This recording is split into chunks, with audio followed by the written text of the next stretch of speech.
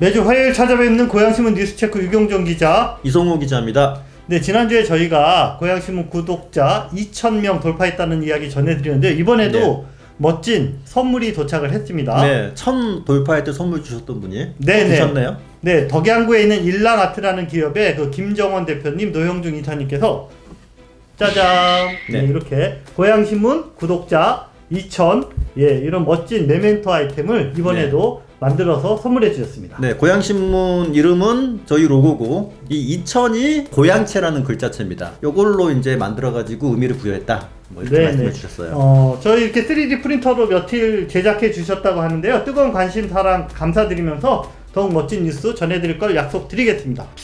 이번 주 헤드라인 5개 소식 준비했습니다. 고양시가 드디어 100만 특례시 지정됐습니다. 일산지역 국회의원 그리고 이재준 시장이 일산지역 광역교통대책을 함께 논의했습니다. 저평가됐던 고양시 아파트 가격이 회복 추세를 보이고 있다고 합니다. 고양신문이 스토리텔링 북한산 북한산성 연재를 시작했습니다. 마지막으로 고양신문이 진행하는 20곡의 북클럽 홍보를 해드리겠습니다.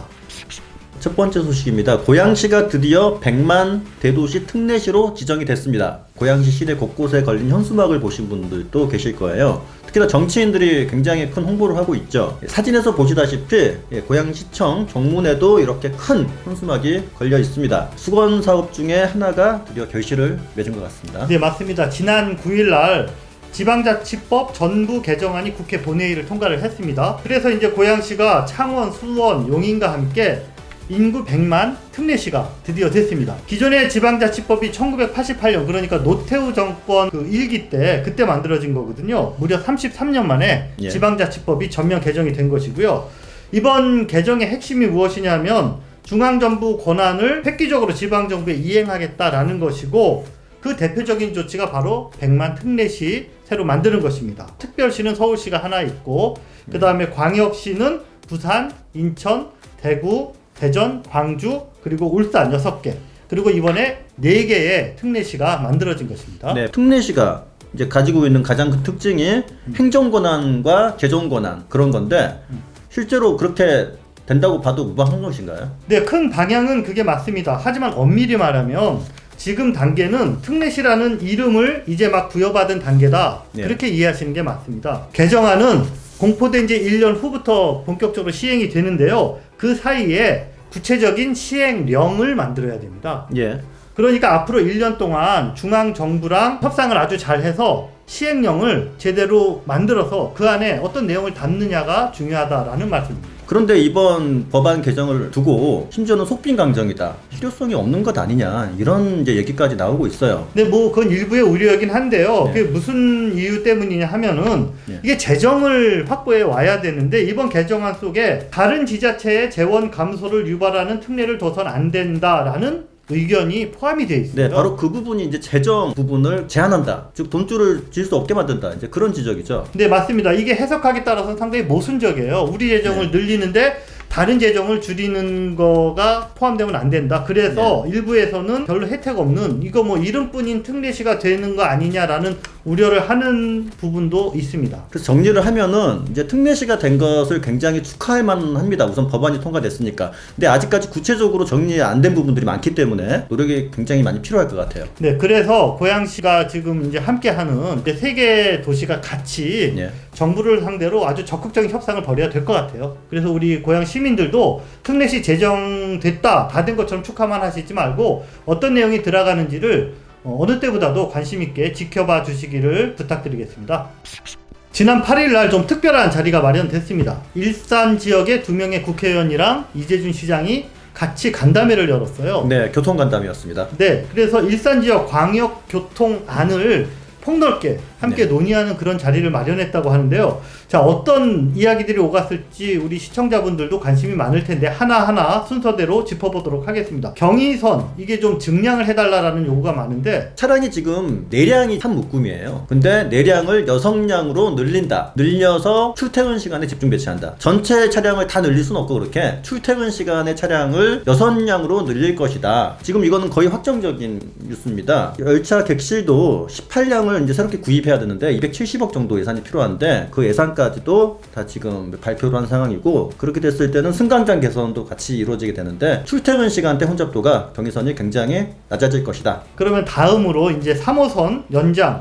자, 가자역과 덕이역 어떤 이야기가 이날 오갔나요? 얘기가 약간 복잡하긴 합니다. 3호선 노선이 어느 쪽으로 연장이 되느냐, 가자, 덕이를 둘 다 지나느냐, 파주 교화 이쪽으로 가느냐, 지선으로 가느냐, 이제 이런 얘기들이 오가는데, 현재는 현대건설이 국토부에 지금 민자 제안을 해놓은 상태예요. 그래서 지금 민자 적격성 조사가 지금 현재 진행 중이고요. 사업이 민자로 가게 되면 아무래도 경제성을 더 따지게 될 수밖에 없죠. 그래서 지자체의 역할도 적어질 수도 있는데, 이제 우려되는 부분이 가자 마을을 경유하지 않은 것 아니냐. 즉 경제성을 따져보면은 가자 마을까지 삥 둘러서 가는 게 힘들지 않겠느냐. 이제 그런 우려가 있어요. 이제 이런 우려가 있기 때문에 이용 국회의원이 내년에 실시될 국토부 용역에서 가자역을 경유 못할 가능성을 두고 대안까지 마련해가지고 용역을 실시해야 된다. 가자에서 교화 방향으로 가는 분기항까지 포함하는 그런 방안까지 구상해야 된다. 자, 인천 2호선 이게 과연 경제성이 나오느냐, 이게 이제 문제였는데,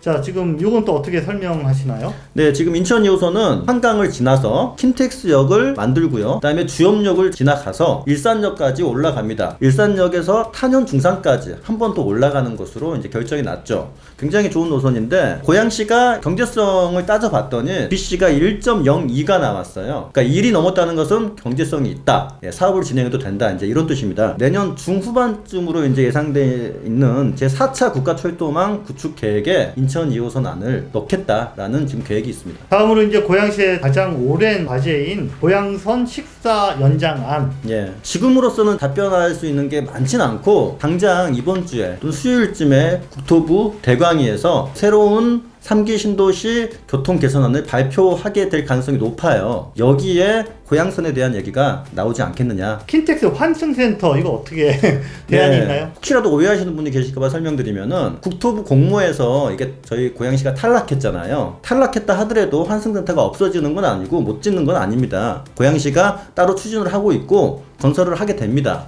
그래서 GTX A 노선이 23년 말에 개통이 예정돼 있는데, 그때 시기에 맞춰서 환승센터는 건설을 하고 추후에 단계적으로 주변에 편의시설들도 늘려가겠다, 이런 계획을 이용우 국회의원실에서 말씀하셨죠. 네, 국회의원과 시장이 한 자리에 모여서 교통대책을 논의한 의미 있는 자리였습니다. 전체적으로 짚어봤고요. 자, 또 어떻게 이것들이 진행되는지 저희들이 앞으로 보도해드리도록 하겠습니다.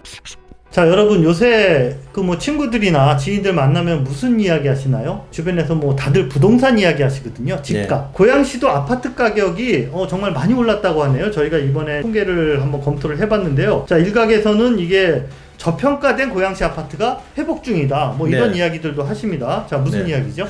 네, 지금 부동산, 특히나 일산, 덕양, 화정 뭐 할 거 없이 굉장히 많이 올랐어요. 근데 확인해 보니까 가격 상승을 이끌고 있는 곳은 신축 아파트다.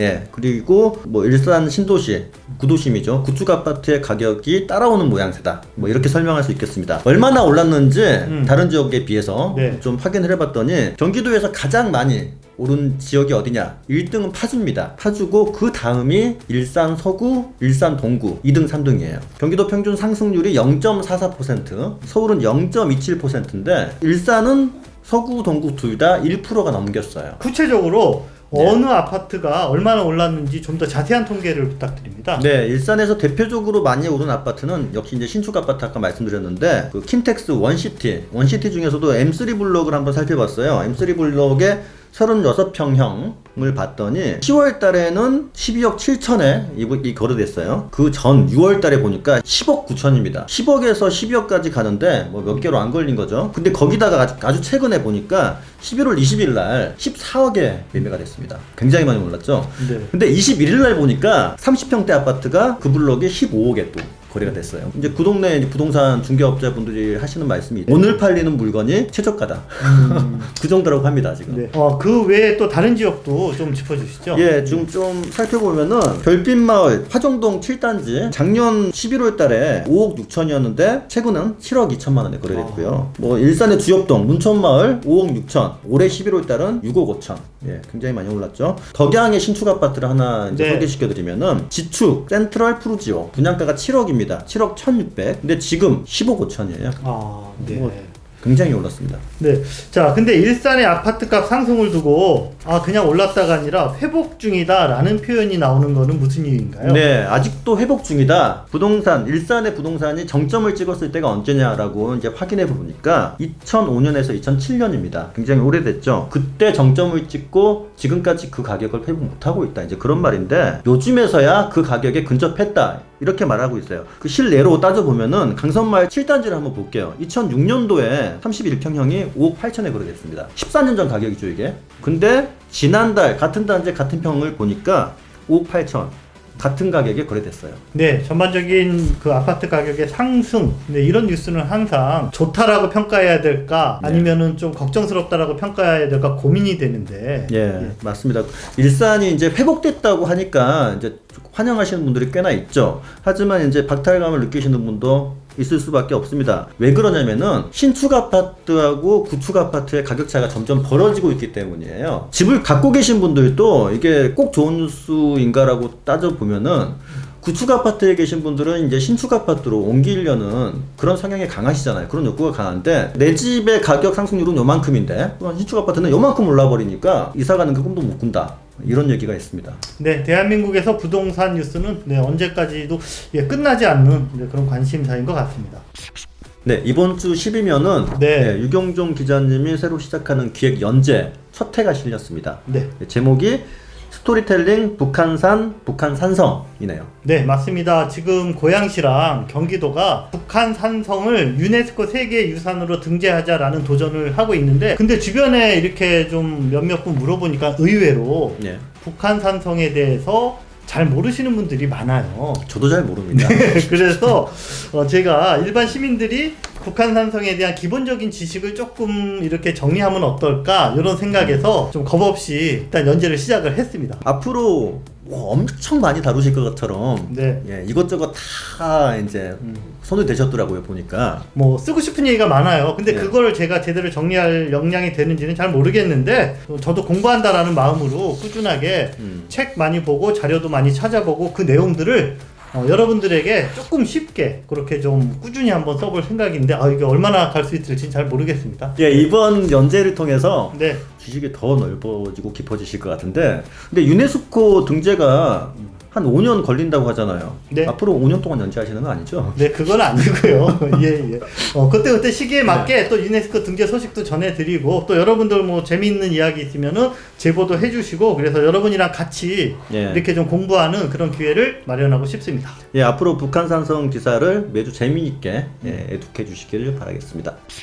고양신문이 진행하는 20곡의 북클럽, 20곡의 북클럽이라고 저희가 어린이들이 참여하는 독서 프로그램이 있습니다. 소개시켜 주시죠. 네, 이름 그대로 고양시 어린이들이 방학 동안에 책이랑 좀 더 친해질 수 있도록 이렇게 책을 한 권 읽으면 부모님이 스티커를 붙여주고, 그래서 그 20곡에를 다 이제 채우면 멋진 선물도 주는 그런 방식으로 진행하는 독서 응원 프로그램입니다. 네, 앞서 2번의 방학 동안에 진행을 했는데요. 참가한 아이들도 또 부모님들도 정말 아주 만족스러운 그런 행사가 진행이 됐습니다. 고양신문이 단독으로 이렇게 진행하는 행사는 아니죠? 네, 그럼요. 저희가 이렇게 아이템을 가지고 홍보를 하고 진행을 하고요. 후원은 사과나무 치과병원에서 든든하게 후원을 해주고 계시고요.